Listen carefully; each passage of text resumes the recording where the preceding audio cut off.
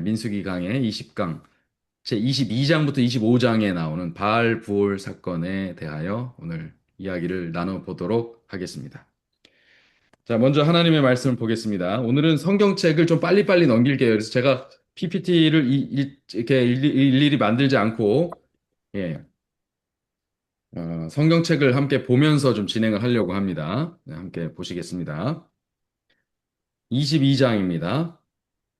22장 1절 이스라엘 자손이 또 진행하여 모압 평지에 진쳤으니 곧 요단 건너편 여리고 맞은편이라. 네. 어떻게 됐는지 한번 보겠습니다.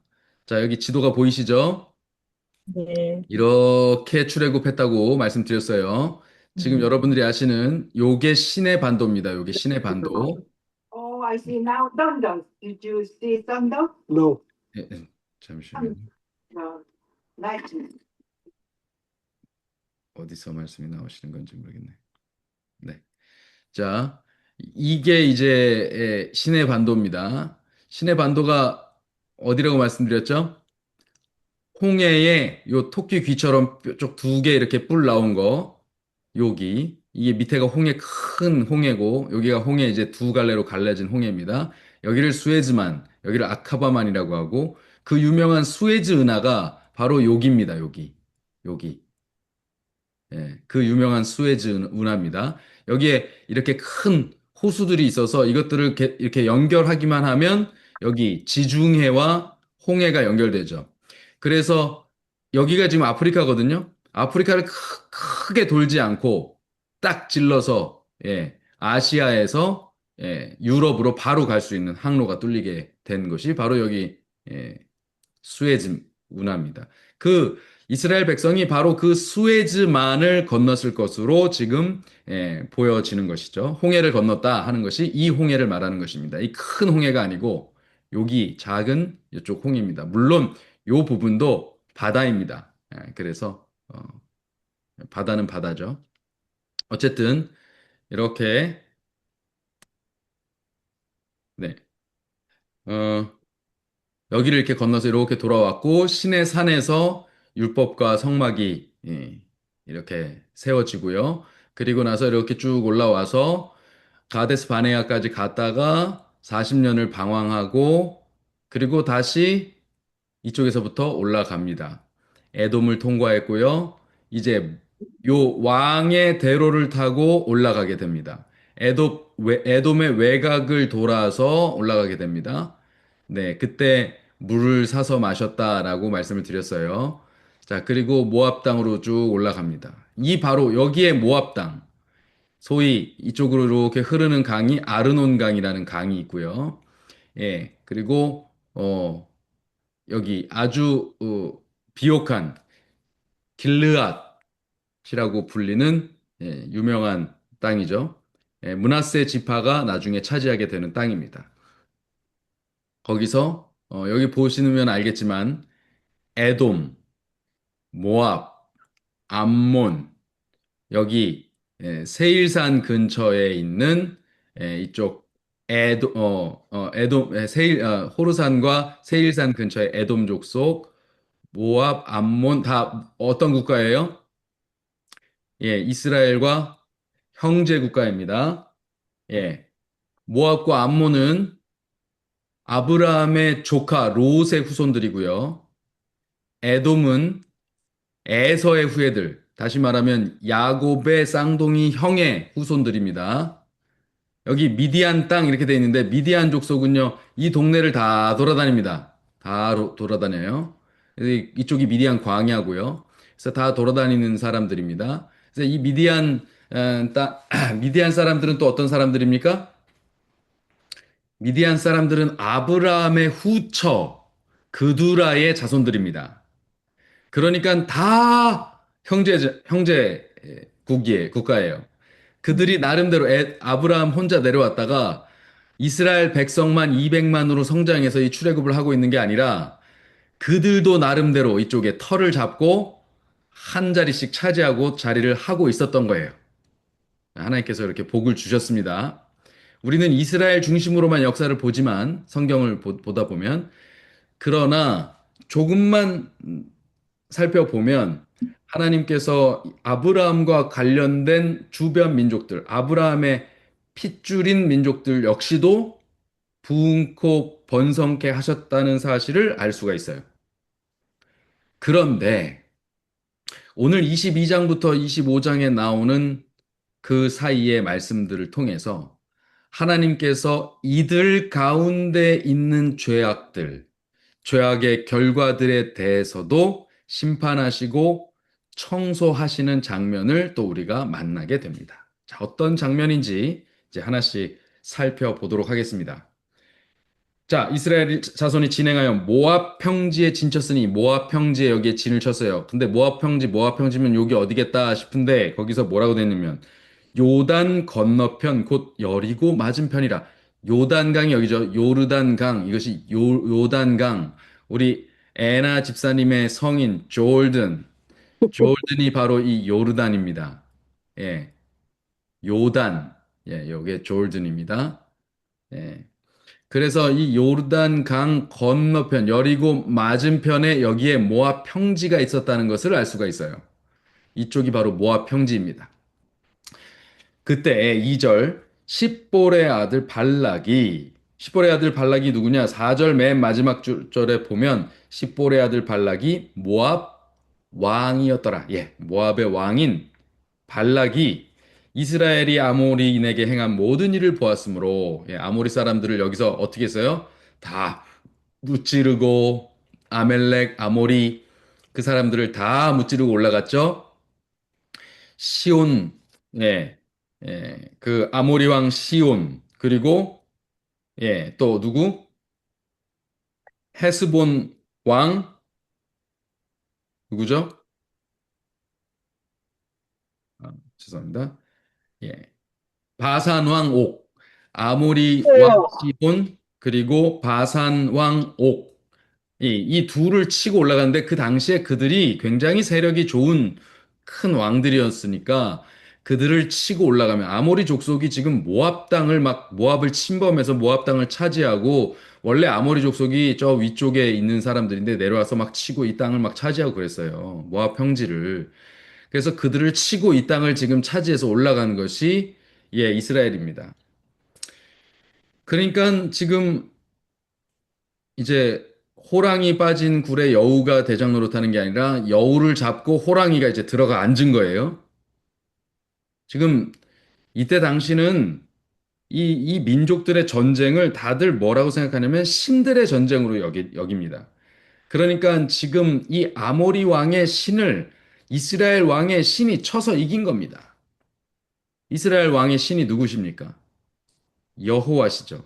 그 여호와라는 신, 호랑이 신이 여기 와서 들어와서 떡하니 자리 잡으니까 모압이 쫄려요, 안 쫄려요? 잔뜩 쫄아가지고 지금 그래서 이야기가 시작되는 겁니다. 자, 3절.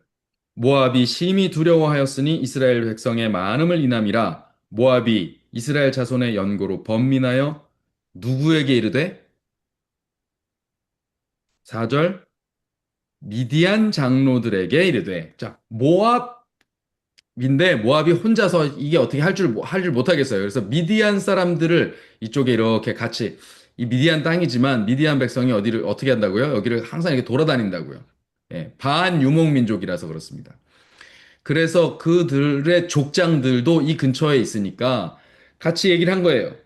이 무리가 너네들 내가 모압 평지 이렇게 빌려주면서 니네들 유목 생활하면 이렇게 이렇게 왔다 갔다 하면서 너네들 양 먹이게 해줬잖아. 근데 이스라엘이 여길 차지해버리고 나면 니네도 땅 없잖아. 그러니까 우리랑 손 잡고 저 이스라엘 치자. 이렇게 한 거예요. 어, 그렇게 해서 이렇게 충동을 합니다. 그러다가 이제 아이디어가 나왔는데 어떻게 하기로 했냐면 누군가 얘기를 해주지 않았나 싶어요.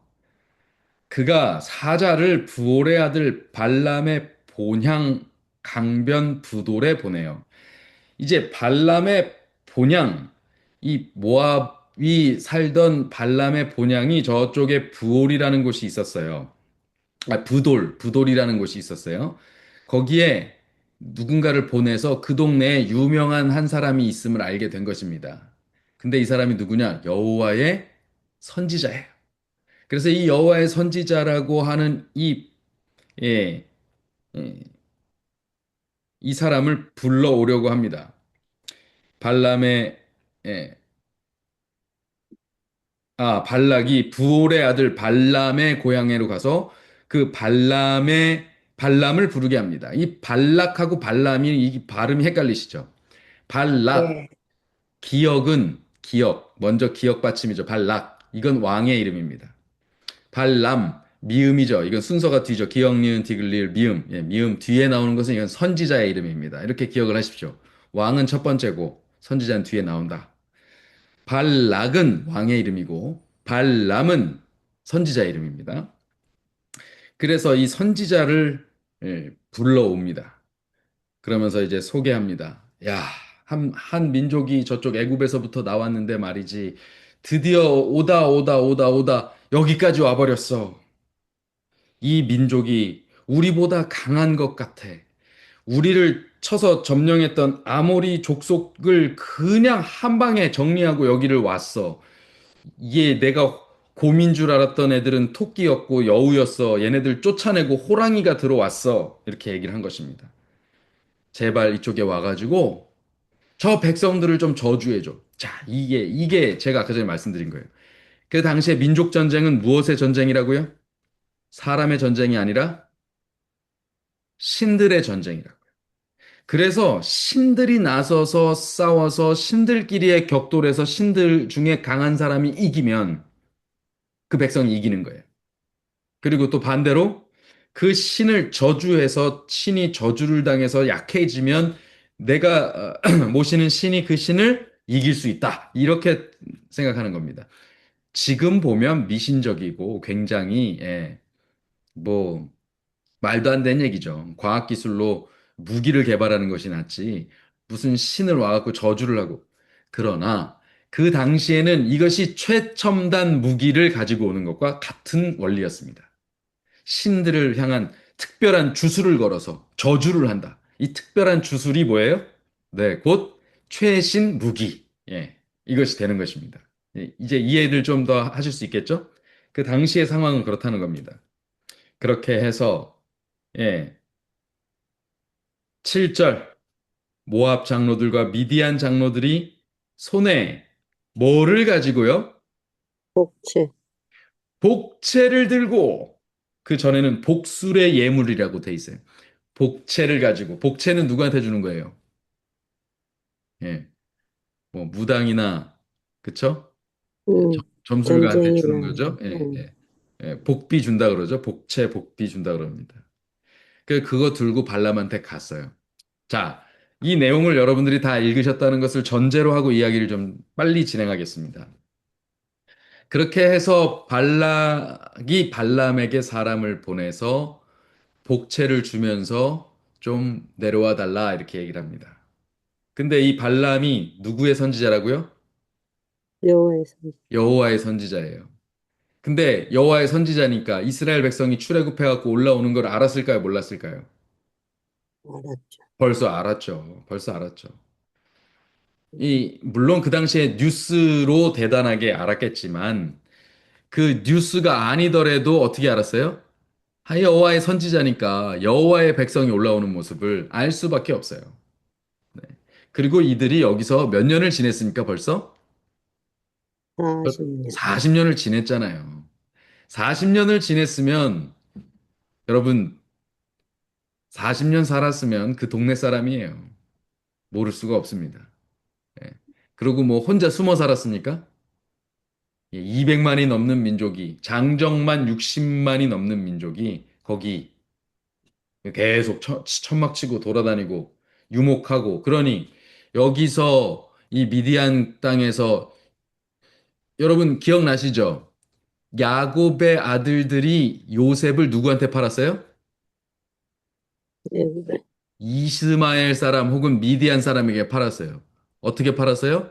이 땅에서 애굽으로 무역하러 다니는 사람들한테 팔은 거예요. 그러니 이 가는 길에 이스라엘 백성들을 봤을까요? 못 봤을까요? 그 사람들이. 당연히 봤죠. 그러니 이스라엘 사람들이 여기 있는 것을 모르는 사람들은 이 땅의 민족 중에 없습니다, 이제. 예. 그런데 예, 발람에게 발락이 저주를 해달라고 요청을 하는데 그거를 여호와의 선지자로서 바로 갈 수 있을까요? 없을까요? 못 네, 가죠. 알 수가 없는 것이죠. 그래서 여호와께서 예, 여호와께 이제 여쭤보면서 이제 아이고 죄송합니다. 하나님께 여쭤보면서 Hello. 예, 그가 예, 먼 길 왔으니까 하룻밤 자고 가게 이렇게 한 것입니다. 그런데요, 요게 사실 문제예요. 이것을 이렇게 해서 두 차례를 합니다. 근데 어떻게 하시냐면 구절을 잠깐 볼까요?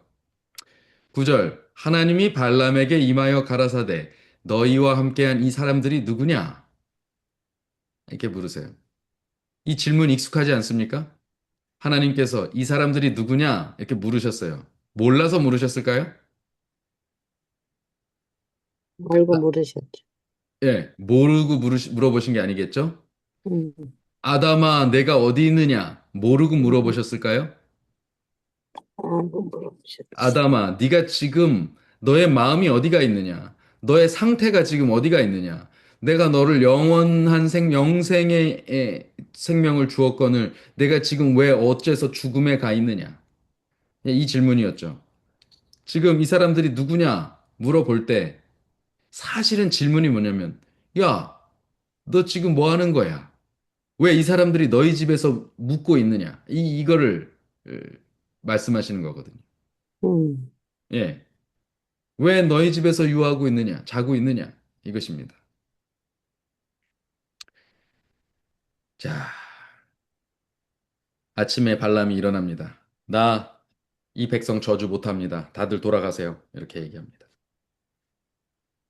어, 하나님께서 당신들과 같이 가기를 원하지 않으십니다. 라고 얘기하는데 사실은 더 정확하게 얘기했어야 됩니다. 12절에 뭐라 그랬냐면 12절에 보세요. 하나님이 발람에게 이르시되 너는 그들과 함께 가지도 말고 첫 번째 함께 가지도 말고 두 번째 첫 번째 함께 가지도 말고 두 번째 뭐요?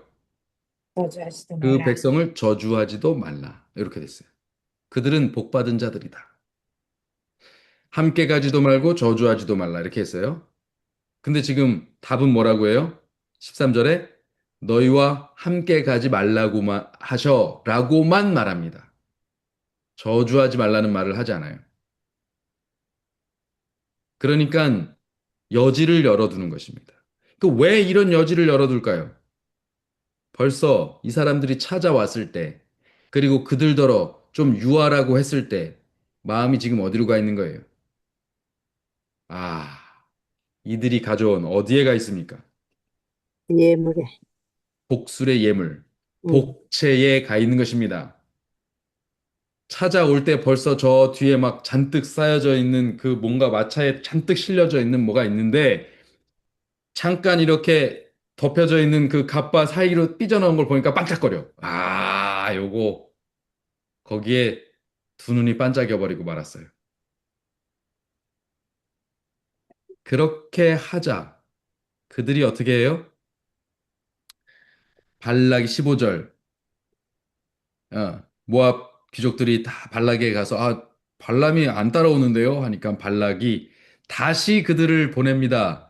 더 높은 귀족들을 더 많이 보냅니다. 그들 사람들만 많이 보냈겠어요? 예물도 많이 보냈겠죠. 복채도 그 사람들 음, 수만큼 더 늘어났다는 얘기입니다. 그러면서 뭐라고 합니까? 청컨대 16절. 아무것도 거리 끼지 말고 나에게 오라. 아무 것에도 그 아무 것엔 뭐도 들어있을까요? 그 여호와의 명령이 방해를 할지라도 적당히 달래서 와라. 이런 뜻이죠. 하나님을 그 정도로 격화시켜서 지금 말하고 있는 것입니다. 그러니까 이 당시에 신정 정치를 하고 전쟁은 신들끼리의 싸움이라고 말하지만 결국 그 신을 조종할 수 있는 건 사람이다라고 생각했던 거예요. 이것이 우상숭배의 근본적인 문제입니다. 음, 예. 여러분 보세요. 이게 돈이 우상이 되고 뭐 그러죠? 근데 그 돈 벌려고 사람들이 막 얼마나 달겨들어서 막 그렇게 합니까? 이게 사람이 돈을 컨트롤할 수 있잖아요, 또 실제로. 그러니까 이렇게 자기들이 이렇게 해서 운때가 붙어라 뭐 이렇게 하면서 함부로 하는 것입니다. 어떤 분들은 이제 자식들이 우상입니다. 아, 그 자식 문제 그냥 아주 그건 못 나요. 신앙이 아무리 좋아도 자식 문제는 또 다 별개의 문제더라고요. 근데 이것도 우상입니다. 그래서 이 문제를 해결하지 못하면 어느 선을 못 넘어가요. 절대로 그거를 못 깨면 안 됩니다. 그래서 자식들의 문제 뭐 이런 것들도 다 뭐예요? 예. 근데 내가 다 컨트롤하려고 들죠. 그렇죠? 우상인데 내 마음을 다 쏟아부은 우상인데 또 내 마음대로 하려고 들어요. 하나님도 그런 존재로 만들어 버리려고 그러니까 그 선을 못 넘으면 여호와 신앙도 하나님께 대한 믿음도 요거하고 동급으로 내려버립니다. 끌어내립니다. 그게 뭐예요? 그게 율법주의입니다. 하나님의 저 위에 있는 고상한 율법의 준수를 요 내 규정으로 쭉 끌어내려와 가지고 요거 지키면 안식일 지켰다고 하자. 요거 지키면 우리가 율법 지켰다고 하자. 그러니까 부자 법관이 와서 뭐라고 얘기합니까? 내가 날 때부터 어려서부터 모든 율법을 다 지켰습니다. 뭐가 부족합니까? 이걸 지켰다고 말하는 거예요. 그 감히 어떻게 지켰다고 말할 수 있겠어요? 근데 사람이 그렇게 말한다니까요. 뭐 한 거예요? 끌어내린 것입니다. 예. 지금 똑같은 일이 벌어지고 있어요. 아무 것에도 거리끼지 말고 오라는 것입니다.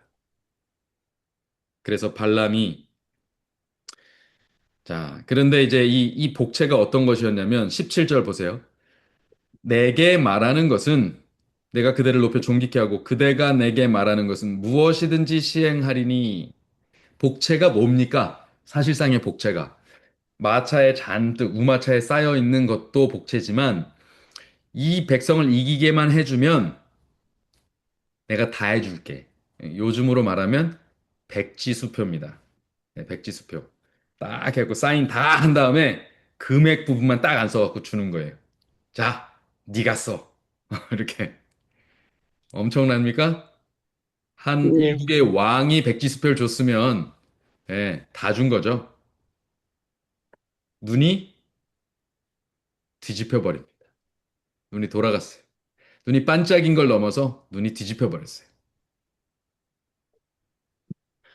자, 그렇게 해서 하지만 발람이 발락의 신하들에게 18절 대답하여 가로되 발락 왕이 그 집에 은금을 가득히 채워서 내게 줄지라도 내가 능히 여호와 하나님의 말씀을 어기거나 덜하거나 더하지 못하겠노라. 야, 대단하게 말했죠. 예, 아주 단호하게 말했죠. 그런데 19절. 그런즉 이제 너희도 이 밤에 여기서 유숙하라. 여호와께서 내게 무슨 말씀을 더하실는지 알아보리라. 이게 무슨 말입니까, 갑자기? 여러분, 이게 말입니까? 이게 앞뒤가 맞는 말입니까? 아니죠. 어떻게 말해야 돼요? 가라. 당장, 당장 돌아가. 음, 난 이제 너희들하고 더 이상 상종하지 않을 거야. 이렇게 해야 맞죠? 예. 아, 근데 마치 롯이여 이제 이 성을 떠나서 저쪽 멀리 산으로 도망가시오 했더니 그 조금 가가지고 소알 땅에 들어가면서 아이고 요 성이라도 어떻게 요 여기까지만이라도 어떻게 비비고 있어요. 이런 모습하고 똑같죠. 여러분 당장 내 앞에 놓인 거 딱 끊어내야 되는데 아이고 사람이 어떻게 그렇게 해. 한 번에 못하지. 난 못해. 내가 하나님을 믿지만 내가 이건 못해 하고 꼭 끌어안고 있죠. 그게 뭔지 모르겠습니다. 어떤 사람에겐 돈이고, 어떤 사람에겐 명예고, 어떤 사람에겐 남편이고, 어떤 사람에겐 자식이고, 어떤 사람에게는 학력이고, 예, 모르겠습니다. 저는 뭐 더 가지고 있는 게 없어서. 근데 참, 혹시 여러분들 그 못 놓고 있는 것들이 있습니까? 그것을 빨리 내려놓고 온전한 믿음으로 들어가시기를 축복합니다. 그렇지 않으면 발람의 시험에 빠집니다. 이 발람의 시험에 빠진 자가 어떤 일을 벌이게 되는지 이걸 보시면 오늘 밤중으로 그 결심을 새롭게 하실 겁니다. 자, 어떻게 됐나요? 이렇게 말은 내가 하나님의 말씀을 어기거나 덜하거나 더하지 못하겠노라. 그러니까 너희들 당장 꺼져라. 이렇게 해야 되는데, 그러니까 너희들은 여기서 잠깐 잡아. 일단 머물고 있어. 내가 오늘 밤에 한번 다시 여쭤볼게. 지금 이쯤 말하면 에, 모압 귀족들은 지금 입은 그렇게 말하고 있는데 눈은 발라당 뒤집혀 있는 발람을 벌써 느꼈지 않았을까요? 맞겠죠. 예, 모압의 귀족들이요. 괜히 귀족들이 아닙니다.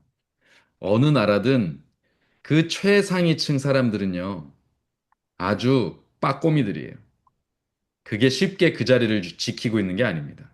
아주 정치적이고 그 눈빛 하나에 쓰는 어휘 하나에 손짓 하나에 아주 정치적인 의미를 탁 캐치해내는 사람의 심리를 꿰뚫고 있는 사람들이에요. 그럼 뭐 예나 지금이나 똑같지 않았겠어요? 딱 보고 이거 넘어왔구나. 이게 됐다. 먹혔다. 생각했겠죠? 그들은 밤에 아마 편하게 잠이 들었을 거예요. 자, 내일 아침에 모시고 가면 될 거야. 왜요? 발람의 얼굴에 발람의 얼굴에 스친 이 탐욕의 미소를 그들이 보고 만 것입니다. 더하지도 덜하지도 않는다고 하면서 하나님께서 어떤 말씀을 더 하실는지 알아보겠다. 예, 참, 네, 예. 그 밤에 하나님의 말씀이 그에게 임하십니다. 그 사람들이 너희를 부르러 왔거든. 일어나 함께 가라. 그러나, 그러나, 모든 문장은 그러나가 중요합니다. 내가 너에게 이르는 말만 준행해라. 이렇게 합니다. 너 내가 말하는 대로만 해. 따라가. 오케이. 그러나 하라는 대로만 해야 돼. 발람이 아침에 21절 제까닥 일어나서 따라갑니다. 모압 귀족들과 함께 행하니. 그런데요. 20절과 전혀 반대되는 일이 일어납니다. 22절. 그가 행함을 인하여 하나님이 진노하심으로 여호와의 사자가 그를 막으려고 길에 서니라. 아니, 가라고 하셨잖아요. 20절에서. 근데 22절에서 왜 막으실까요? 도대체 뭐 어떻게 해석해야 되죠?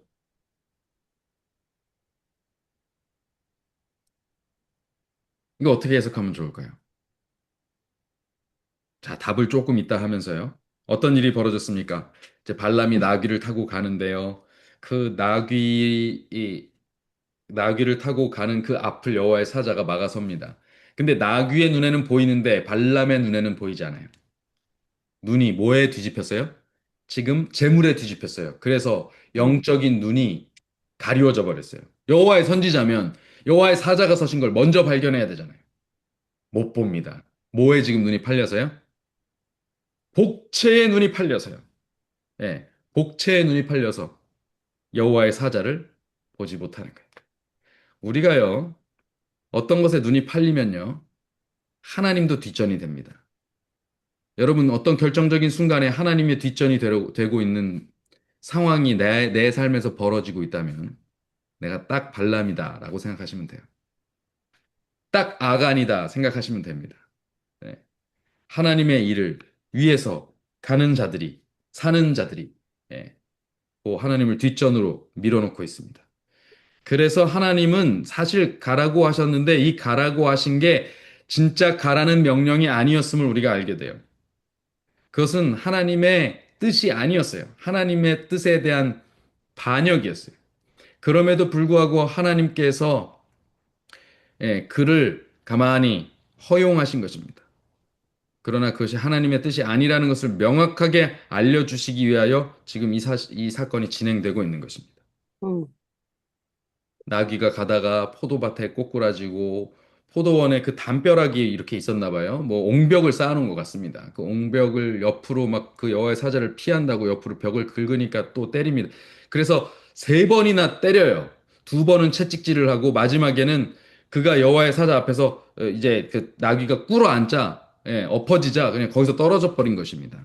그러니까 일어나갖고 짝대기로다가 때리니까 갑자기 당나귀의 입이 열려가지고 왜 나를 때립니까? 왜 날 때려? 어, 내가 널 살려줬는데, 내가 이제까지 이런 거 봤어? 내가 내 평생 당신을 태우고 다녔는데 내가 이렇게 하는 거 봤어? 그랬더니 내가 못 봤지. 그러는 차에 이제 영안이 열리면서 하나님께서 그 여호와의 사자가 앞에 선 것을 보게 하십니다. 그 사이에 29절과 32절이 걸작입니다. 29절은 나귀가 한 말입니다. 발람이 나귀에게 한 말입니다. 발람이 나귀에게 이렇게 말합니다. 왜 때리냐? 그러니까 왜 세 번이나 때리느냐? 그랬더니 그러니까 발람이 나귀에게 네가 나를 거역하니까 내가 너를 때린다. 말을 안 들으니까 네가 맞았지. 이렇게 얘기를 해요. 근데 32절 뭐라고 얘기하십니까? 여호와의 사자가 발람에게 이번엔 말씀하십니다. 어찌하여 나귀를 세 번 때렸느냐? 보라, 너의 길이 내 앞에 패역함으로 내가 너를 막았다. 어, 가끔 제가요, 저희 자녀들을 왜 이렇게 말을 안 듣느냐고 왜 인생을 그렇게 사느냐고 혼내키면서 사실 제 어릴 때 시절이 생각이 납니다.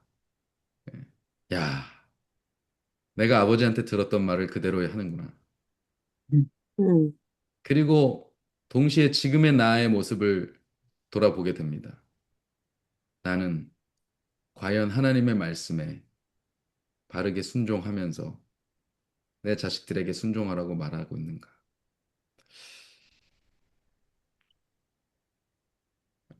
때때로 교회에서 누군가를 지적하는 그런 분들을 보면, 예, 좀 눈살이 찌푸려질 때가 있어요. 저렇게 말씀하시는 그 당사자는 정말로 하나님의 뜻을 행하고 계신 것인가? 예, 평소에 덕이 되지 못하는 분들이 대부분 그렇게 거세게 다른 이들을 몰아붙이곤 합니다. 그래서 영 교훈이 되지 못하는 경우를 제가 보게 돼요. 어, 딱 지금의 모습이 아닐 수 없겠습니다. 나귀가 너를 막지 않았으면 벌써 너는 내 칼에 죽었을 거야. 라고 말씀을 하십니다. 어쨌든 이 사건을 겪고 나서 발람이 덜커덕 정신을 차립니다. 그리고선 당신이 이 길을 기뻐하지 않으시면 돌아가겠습니다. 이렇게 얘기를 해요. 이제 겸손해졌어요. 좀 정신이 좀 돌아왔어요. 그랬더니 이제 가라. 진짜로 가라. 그러나 정말로 내 말대로 해야 된다. 그러니까 지금 뭐냐면 그를 가라고 하고 못 가게 막으신 게 아니고요. 그냥 가라. 근데 내 말대로 해야 돼. 라고 하신 말씀을 했는데도 불구하고 지금 발람이 복채의 논이 뒤집혀가지고 가라는 말씀만 듣고 내 말대로 해라라는 말씀은 지금 싹 잊어버리고 가고 있었기 때문에 그런 거예요. 음, 정말 중요한 건 뭐예요? 오케이. 가긴 가더라도 뭐 해야 돼요? 하나님께서 말씀하신 말씀대로만 해야 돼요. 근데 그렇게 안 하고 있죠. 그렇게 할 마음이 없었던 거예요. 눈이 뒤집혀서 그렇게 하려고 생각을 안 하고 있던 발람을 정신 차리게 해서 정말로 이제는 가서 반드시 하나님 뜻대로만 하게 만드신 겁니다. 그래서 23장, 24장에 나오는 그 사건이 벌어지는 거예요. 그가 네 번의 신탁을 전합니다. 예, 다 어떻게 해요?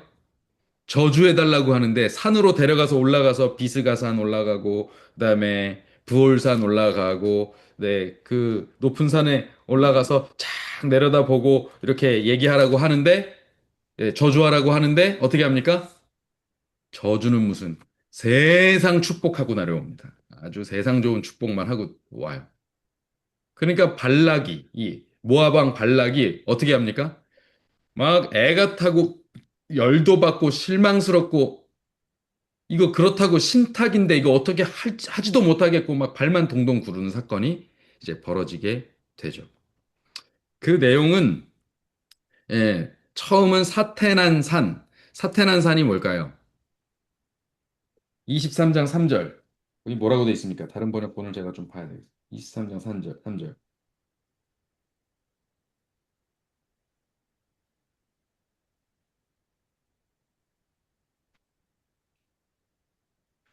어, 여기는 언덕길로 가니라고 돼 있는데요. 여기 구 번역본에는 사태난 산이라고 돼 있어요. 사태난 산이 뭘까요? 이렇게 절벽처럼 있다가 이게 무너져 내렸고 산사태가 나가지고 이렇게 둔덕 언덕이 된 겁니다. 자기는 이렇게 올라간 거예요, 글로. 그 언덕 쪽으로. 거기 올라가서 거기에서 단을 7개 쌓습니다. 그리고 각 단마다 소 한 마리, 숫송아지 한 마리, 수양 한 마리씩 다 번제로 드립니다. 그리고 나서는 왕은 일로 오십시오. 그러고 번제 단 7개 이렇게 탁 거기 가운데 딱 서게 하고 자기는 어디로 가요? 옆으로 한쪽으로 이렇게 빠져가지고 거기 갖고 여호와의 말씀을 듣겠다고 쫙 합니다. 이 뭐냐면 굉장히 주술적인 행위를 한 거예요. 왜 이런 행위를 했을까요? 이 아직도 정신을 못 차렸어요. 이게 지금 그런 행위를 할 필요가 하등 없거든요. 이거 어떤 자들이 하는 거냐면 바알신 숭배자들이 하는 짓이에요.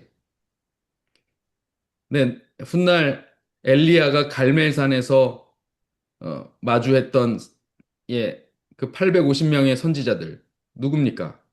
바알과 바알의 선지자와 아세라의 선지자들이죠. 그들이 단을 잔뜩 쌓아놓고 그 앞에서 뭐 이렇게 예배하고 뭐 하다가 갑자기 춤을 추다가 그 다음에 막 자기 몸을 막 상하게 하다가 막 난리를 치죠. 예. 그렇게까지만 안 갔을 뿐이지 그렇게 단을 여러 개 쌓고 난리를 치는 거. 어디 단을 7개나 쌓고 하는 제사가 어디 있습니까? 이스라엘에. 음. 예. 주술적 행위, 과장된 포장. 마치 우리나라 그 무당들이 뭐하는 굿하는 것처럼 잔뜩 차려놓고 화려하게 해놓고 막 꽹가리 치면서 막 그냥 난리를 치고 이렇게 하는 거 똑같은 것을 해놓는 거예요.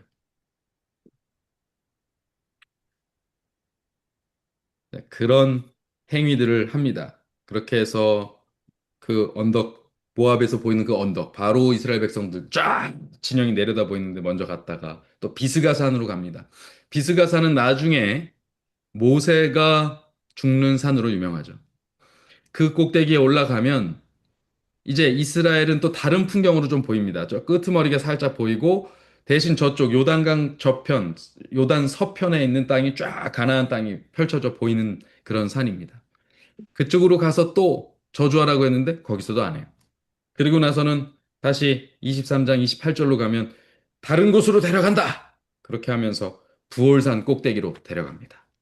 그곳에서도 역시 그렇게 합니다. 그런데 예,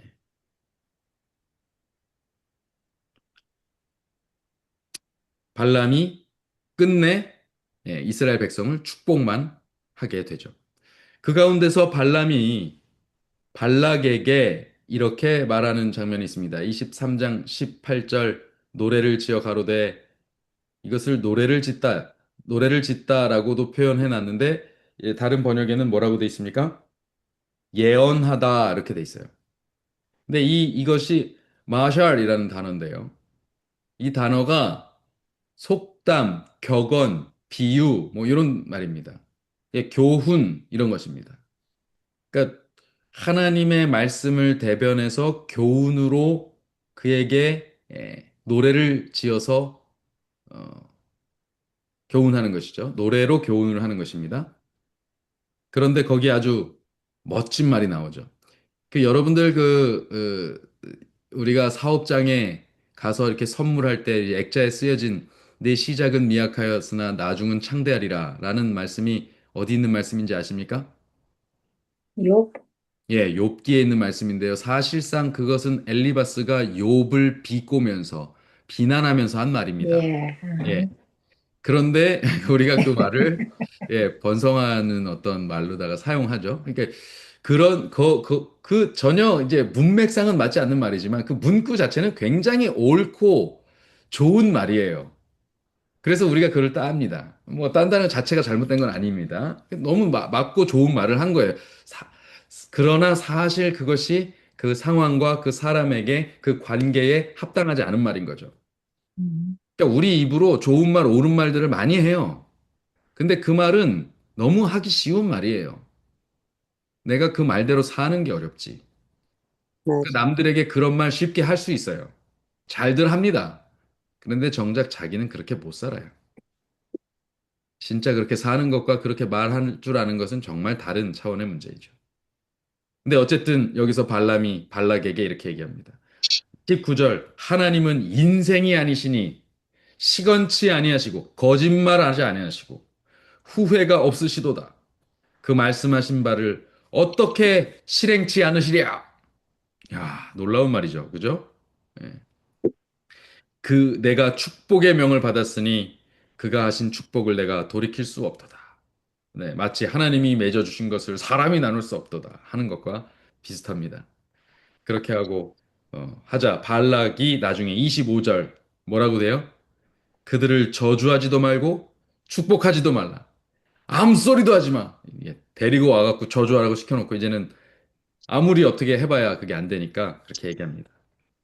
그러다가 그래도 답답하니 그냥 아무리 생각해도 안 되겠어요. 그리고 또 다른 장소로 가보자 하고 부올산으로 올라가게 됩니다. 거기서도 똑같이 단 7개를 쌓고 그렇게 합니다. 그러나 24장으로 넘어가면 그가 1절 발람이 자기가 이스라엘을 축복하는 것을 여호와께서 선히 여기심을 보고 전과 같이 사수를 쓰지 아니하고 그 낯을 광야로 향하여 전에는 뭘 썼어요? 사수를 썼어요. 자꾸 무슨 퍼포먼스를 하려고 그러고요. 그거를 이렇게 해가지고 자기가 이렇게 어떻게 하려고 했어요.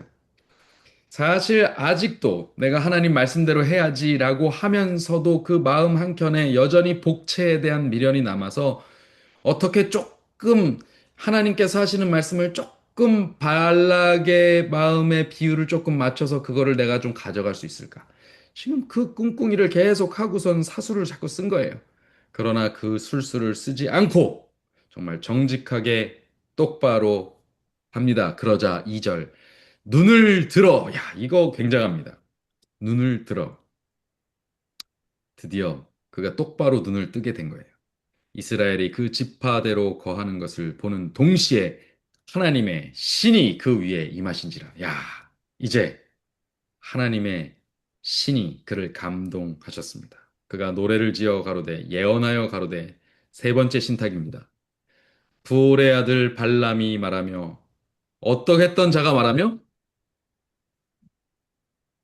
왜냐면 하나님의 말씀을 듣는 자, 3절에 뭐라고 돼 있어요? 24장 3절에 눈을 감았던 자가 말하며, 눈을 감았던 자가 말하며 눈을 감았던 자 뭡니까? 이제 눈을 뜬 자가 말하며 눈이 가려졌었던 거예요. 뭐에 가려졌었던 거예요?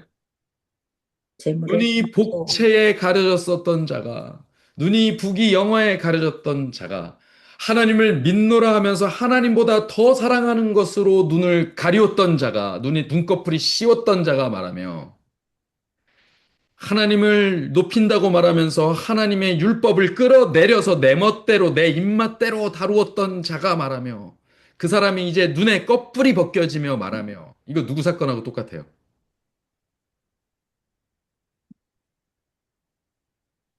바울. 여러분 신약의 바울은 뭐 했어요? 눈에서 눈꺼풀이 막 비늘 같은 것이 쫙 벗겨졌어요. 예. 이제까지 그의 눈을 덮고 있던 율법 주의가 벗겨져 나갔어요. 음, 그러면서 그가 제대로 된 그리스도 메시아 신앙에 탁 눈을 떠버리고 말았습니다. 그리고 그의 신학은 우리가 지금 히브리서 공부하고 있죠. 구약의 절묘한 모든 신학을 다 신약으로 풀어서 그리스도 메시아 관점으로 쫙 풀어서 담는 신학을 정립해버렸습니다. 예. 뭐 바울이 히브리서를 썼는지 혹은 안 썼는지 모르지만 어쨌든 히브리서에는 바울의 신학이 가득 담겨 있다 제가 말씀드렸어요. 네, 이제 눈을 뜬 자가 말합니다. 4절 하나님의 말씀을 듣는 자, 전능자의 이상을 보는 자, 엎드려서 눈을 뜬 자가 말하기를. 엎드려서 눈을 뜬 자 뭡니까? 이제 비로소 엎어져 보고 나서야 내 뜻을 분질러 뜨리고 나서야. 이거 누가 이런 일 경험했죠? 이거 누가 경험한 겁니까? 바울, 이스라엘의 그 전 이름 야곱. 아우, 야곱, 야곱이 음, 아, 야복강에서 어떤 일이 벌어져요? 씨름하는 씨름하다가 뭐가 부러져 보고야 반대뼈가 부러져. 판도뼈가 부러져 보고야 눈이 확 뜨이는 거죠.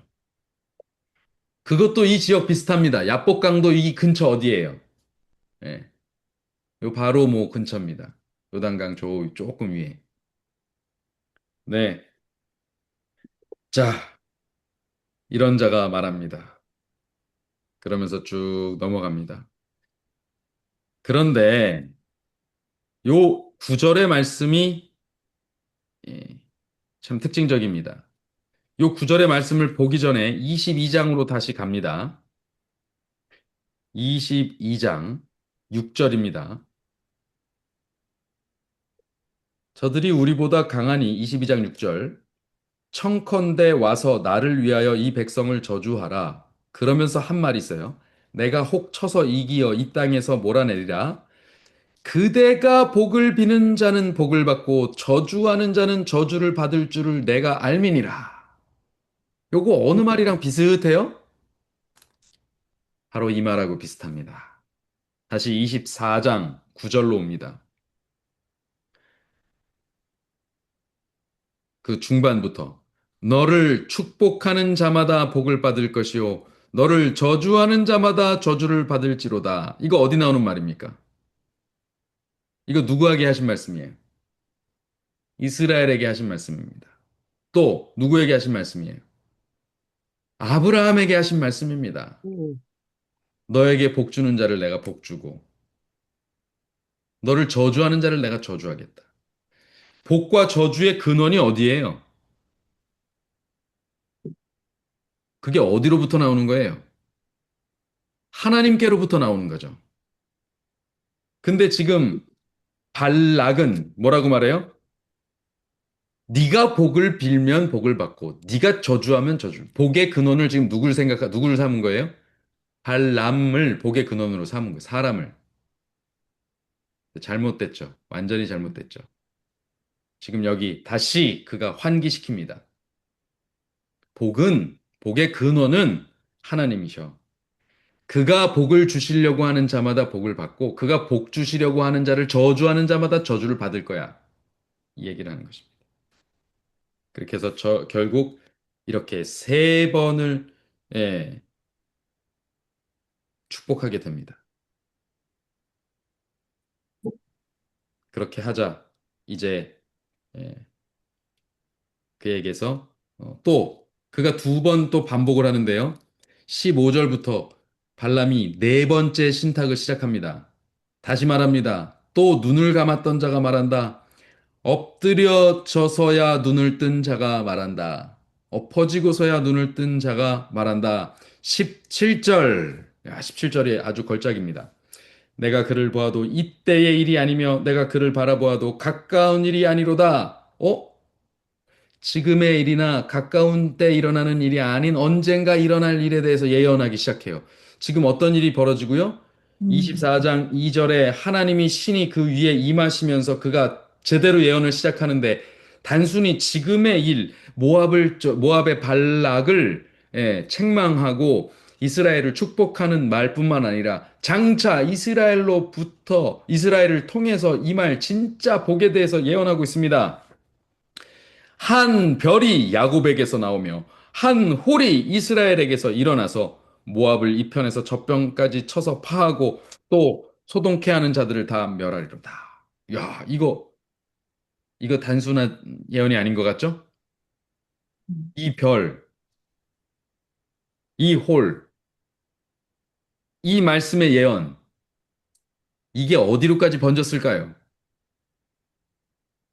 마침내 동방으로 가서 Yes. 동방 박사들의 공부로 들어갑니다.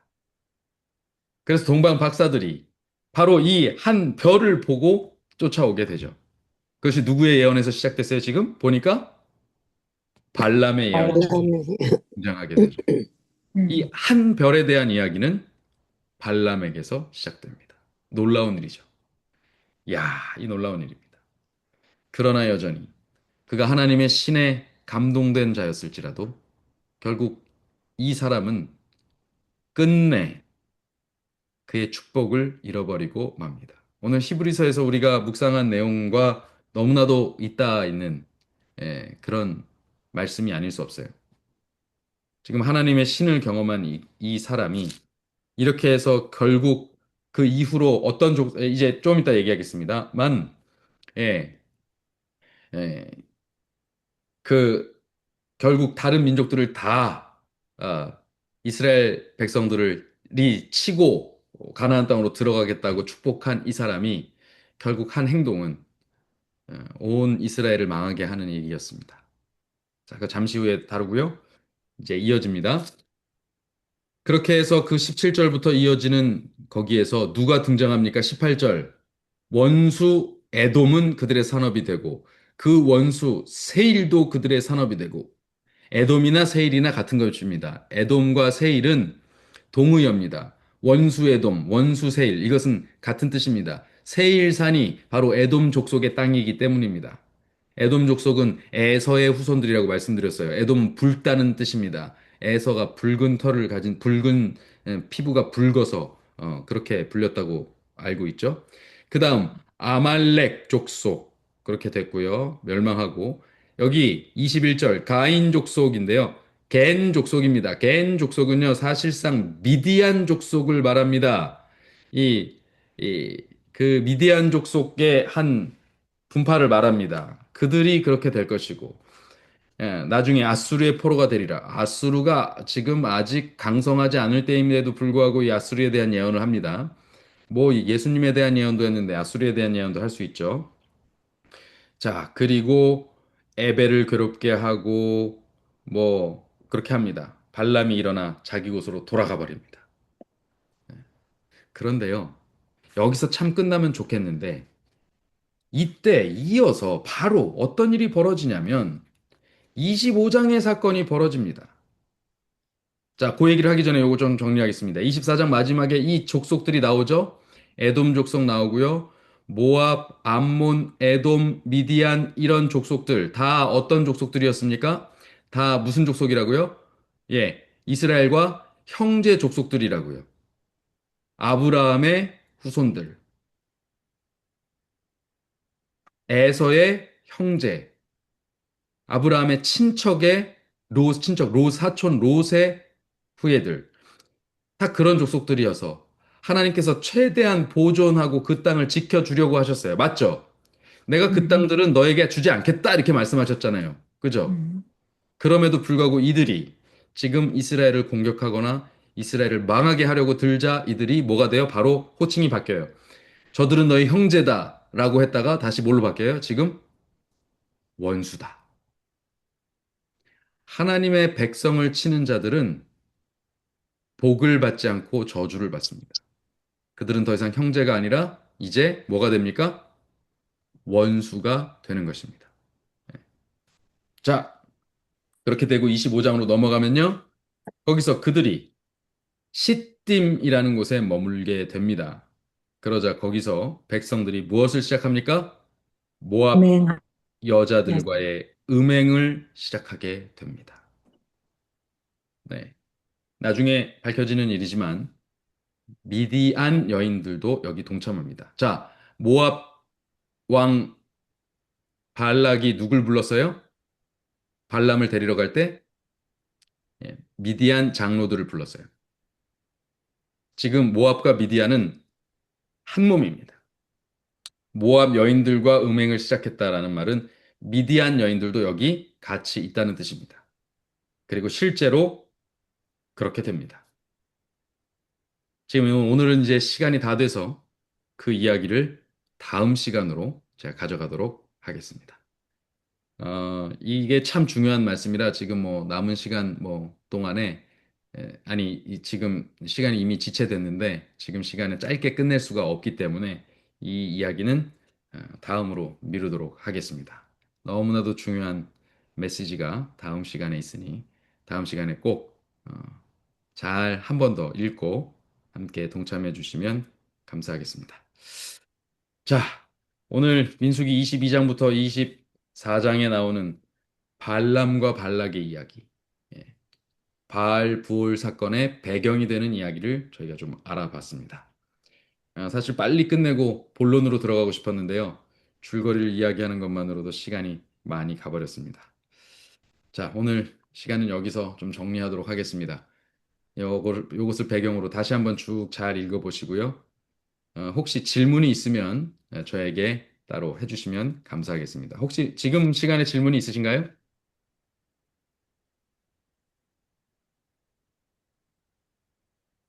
혹시 이것을 민수기 22장부터 24장까지 말씀을 읽으시면서 혹시 궁금하셨던 점이 있으신 분 계십니까?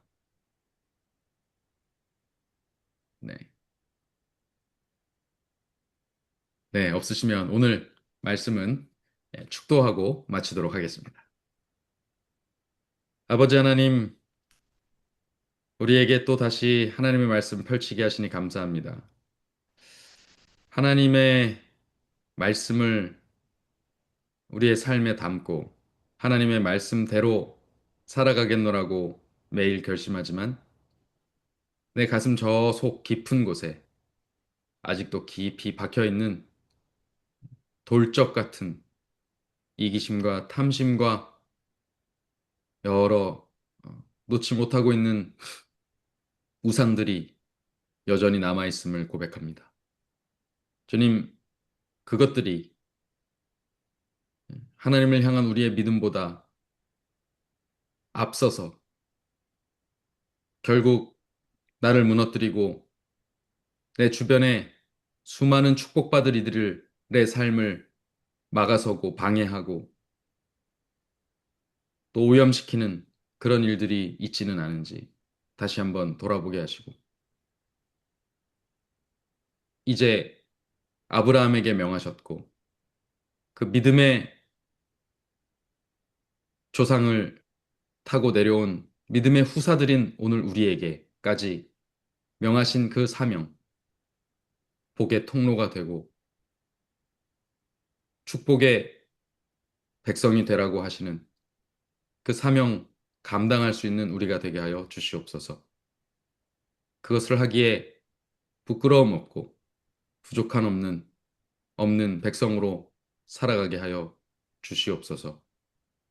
주님 오늘 주신 말씀들 다시 한번 잘 살피면서 더욱 주님께 주님의 말씀에 집중하는 그런 우리들의 삶이 되길 원하는 가운데 주님의 창조의 기념일인 이 안식일을 잘 주님 뜻대로 보내게 하시기를 간절히 바라오며 예수님 이름으로 기도합니다.